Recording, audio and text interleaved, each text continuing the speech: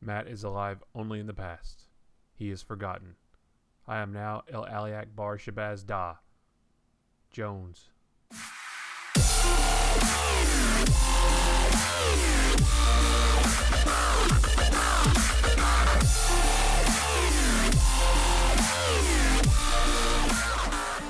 What's up, guys? This is Matt. Today we're going to talk about this week's episode of Arrow. It was season 3, episode 21, titled Al Sahim, and it was pretty great. We just like I said with the Flash video that I posted a little while ago, this was really setting up the last couple episodes we have for the season, and it paid off a little bit of some of the setup that we've seen in the last couple episodes. So I'm going to go through and talk about some of the things I really liked about this episode in no particular order. So if you haven't seen the episode yet, pause this, go watch the show, come back, because there will be spoilers. You don't want to be spoiled by anything here, so trust me, go do that now. So I'm going to jump right into it and talk about the opening sequence and Oliver's training / brainwashing. I really like this a lot. I like the way that they showed that there was time passing. Basically, they were keeping him in the cell, barely feeding him, it looked like, letting him out for sword practice or whatever that was. But basically just trying to train him to be in the League of Assassins. And you could tell that time was passing, and he was really sort of falling into this role. The only thing that bothered me was when they mentioned that it had only been 3 weeks, and it looked like that he had already completely succumbed to the League of Assassins and their beliefs and their ways. I just kind of thought that Oliver may have been a little stronger than that. I thought he could have held out a little bit longer, and Felicity mentions that too later on in the episode. I felt a little bit better when they mentioned that he had been exposed to a rare herb over the weeks, which brings his consciousness to the forefront. I wonder if it's the same herb that Malcolm used to drug Thea into killing Sarah. I'm not sure. Maybe we're supposed to assume that it is, or maybe it's something different, but they didn't really say explicitly, so I'm not 100% positive. It seems like it would have to be, though, with as quickly as he sort of came under their spell, because, you know, Oliver's a pretty strong guy. He's pretty strong-willed. He was on the island, well, not really on the island, but he was away, either on the island or in Hong Kong or wherever, for 5 years, and he managed to get through that just fine. So I would think that unless there was some sort of medicinal enhancement, if you will, I would think that he could have survived 3 weeks locked up in a dungeon with the League of Assassins. So I'm just going to have to assume that maybe it was the same kind of herb that Malcolm used to drug Thea. That's just what I'll tell myself to feel better. And then the last part of the opening bit was really crucial, I think, to next season. So Raish was telling Oliver about his partner when he was coming up to be in training for to be the next Raish. He mentioned that his partner's name was Damien Dark, and that Damien felt like he was supposed to be the next Raish, but then Raish himself was chosen to be the next Raish, and that Damien didn't like this. Raish was supposed to kill him, and he didn't. He hesitated. Damien actually pulled away from the League. He took some of his followers with him and some of the water from the Lazarus Pit, and Raish actually mentions that Damien took a hive of agents with him. So right there, that's perfect setup for season 4. That's all you need to do. The seed is planted. We're already just kind of wondering. We've been introduced to Hive just a little bit. There's been a couple mentions, not much. So that's a perfect setup for season 4. And he even mentioned how Damien tried to purchase Malcolm's earthquake machine earlier in the year, or I think it was maybe at the end of season 2, I believe, or somewhere during season 2. So it's already tied back into some of the events that's happened. So again, perfect setup for season 4. I really liked it. It was very, very subtle, but it definitely kind of gives us an idea about where the show is going to go, what direction it's going to go in the next season.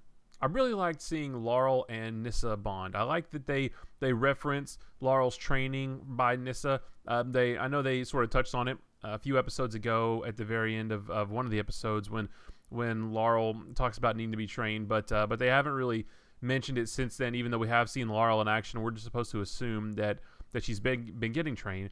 And they mentioned it this time. Nyssa actually mentions continuing their training. So I like seeing them together doing that. And then they after that they go share a burger and fries and a milkshake, just like two normal girls would on a Friday night or something like that. So I really like seeing that. Seeing that actually really makes me want a good Birds of Prey series. To be honest, I haven't seen the one from the late 90s.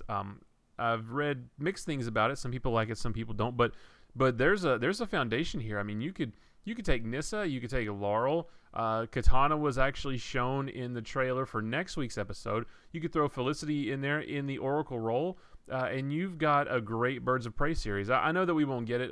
We're already flooded with superhero shows, but just seeing this scene just kind of made me think about how kind of cool that could be. I also really like seeing Diggle and Lila and Felicity and Thea hanging out at Diggle's house. They were just kind of sitting around and having dinner. It turned somber pretty quick when they started talking about Oliver and how he's still out there and how they can get him back, and no soldier left behind, and gone but never forgotten, that kind of stuff. But even though it turned sort of somber, it was still cool to see all of them hanging out together, sort of licking their wounds and rebuilding their family after the loss of one of their family members, if you will. But it was nice to see them actually hanging out in somewhere, in a place besides the Arrow Cave. I like that a lot. I just like seeing them bond. You don't see many scenes with Thea and Diggle together. And actually, you really don't see many scenes with Thea and Felicity together. I know we'll get more of that now, and I'll touch on that a little bit later. But I just like when characters who don't normally interact with each other actually interact with each other. That was pretty great. I liked that Felicity mentioned that Diggle needed. I think she called it an identity concealer. She did say that if he was going to continue to go out and stop bad guys, he needed and then Diggle says don't say the word costume, but she did allude to the fact that he needs a mask or something like that, and I kind of agree with her, because if you think about it, Diggle is the one with more family than anybody there. He's got his wife and his newborn kid, but yet he's still going out running around face fully exposed, trying to beat up bad guys. He needs something. He should get like the Wildcat mask that was the ski mask, basically with the eyes cut out or something like that. Do something, and he's worn something like that before, but he really should probably make a more conscious effort to protect himself and his family. I like Diggle in that role, but yeah, it's a little reckless going out there letting everybody see your face. Another cool thing was the rooftop battle between Oliver and Nyssa. It was pretty decent as Arrow fight scenes go, but what I really liked about it was the canary cry. That was awesome. Seeing, Diggle pops up and Laurel pops up next to him. Oliver is about to kill Nyssa, throw her off the roof of a building, and then you hear this terrible shriek, and it's Laurel doing with her canary cry that Cisco had built for her in an episode of The Flash. I think it was a week or two ago. I'm pretty bad with the episode numbers. But it was really neat to see that, and she looked pretty. I mean, she was really, really going at it. The thing I don't get is if it's tech based.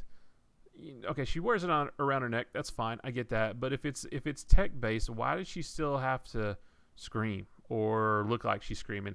I guess maybe I was trying to tell myself that the act of screaming and the sound coming from her throat is what activates it. I don't know. It still looked really cool. It didn't sound quite like I thought it would, but I liked it. I thought she looked pretty badass doing it. So I hope we get more of that in the next couple episodes. That was pretty great. A little bit later on, Oliver kidnaps Lila to get to Nyssa. It's a pretty terrible thing to do to your best bud, but I guess he was willing to do whatever it takes to get Lila back. It was kind of neat. There was this big argument about should we turn her in, should we not. There was a big debate between Diggle and Laurel about that. People saying Laurel is sort of the moral compass of the group right now, but I kind of get where Diggle was coming from. Nyssa has not always been the best person to them in the past, and Lila has. Lila is Diggle's wife and mother of his child, so obviously they want to get her back, and if it means giving up a not so great person, which I guess maybe she kind of is, we saw her hanging out with Laurel, and we actually saw her laughing and smiling, so that was kind of different. But I get where Diggle was coming from, but I did like the way that they had a plan for it. It was neat. They met up with Oliver to make the trade. Maceo comes over to search Felicity, and she just looks at him and says, "Do not touch me." And Maseo kind of has to get approval from Oliver. I like that a lot. The fight scene that ensued after that was pretty cool when obviously they weren't going to just give Nyssa up without a fight. I like the fight scene there as well with you've got Diggle versus Oliver. You've got Laurel versus League Assassins. You've got Nyssa versus Assassins. Lila's in there too, though she's getting kind of thrown around a little bit. Maybe she may be a little bit out of her league. But the coolest part was right before Oliver's going to kill Diggle, he gets shot in the hand with an arrow and looks over, and it's Thea in a hood with a bow. And I got to tell you, it looked way cooler than I thought she would in the hood. We all knew it was going to come to that. There's been speculation about, is she going to be Speedy? Is she going to take the role of the Mia Dearden character from the books? Or is she going to be more of the Cheshire character, which I'm not really familiar with except for her portrayal in the Young Justice cartoon, which is fantastic. Hate to cancel that.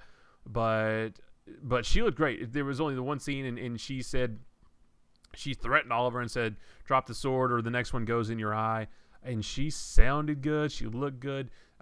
So that was kind of cool. Although I do wonder, the way she got that, there was a scene with her and Malcolm, and she asked Malcolm for help. He says, "What do you need?"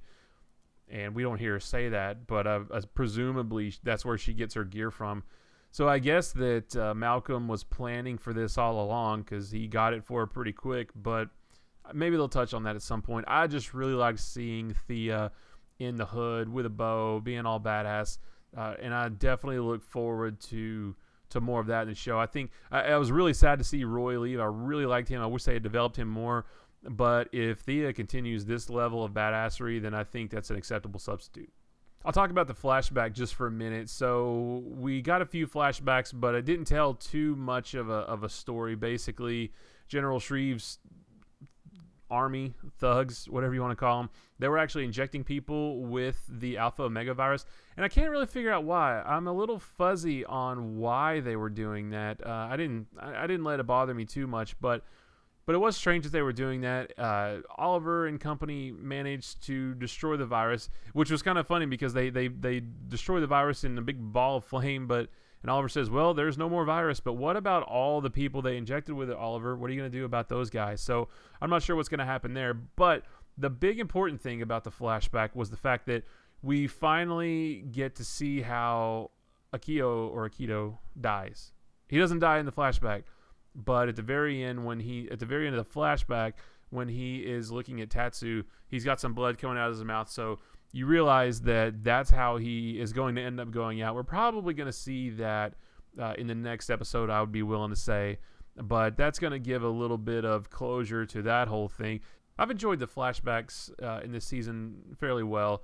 I like seeing Oliver run around Hong Kong and making new friends in Maseo and Tatsu and what that could bring to the show in later seasons.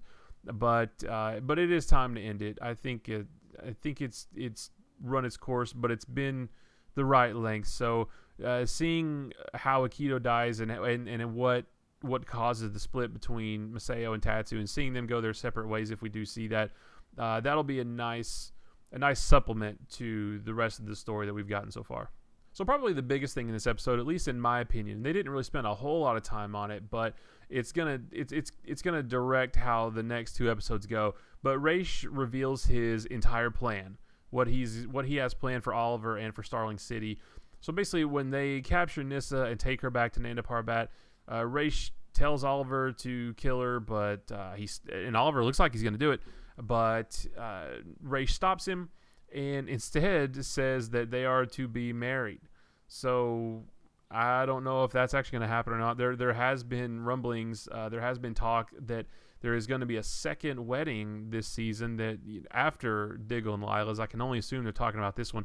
I don't know how far it's going to go, but that was pretty interesting. But the real kicker here was that Raish found the Alpha Omega virus that apparently Nyssa had stolen at some point. We didn't see her steal it, but apparently she'd stole it to prevent Raish's heir from destroying their hometown. So the story behind that is that the last step to ascending to the status of Ra's al Ghul is to completely erase any memory of you, your current self, from the map. So what that means is Ra's instructs Oliver to unleash the virus on Starling City, which would essentially kill everyone, and that would be the nail in the coffin to erasing Oliver Queen from memory.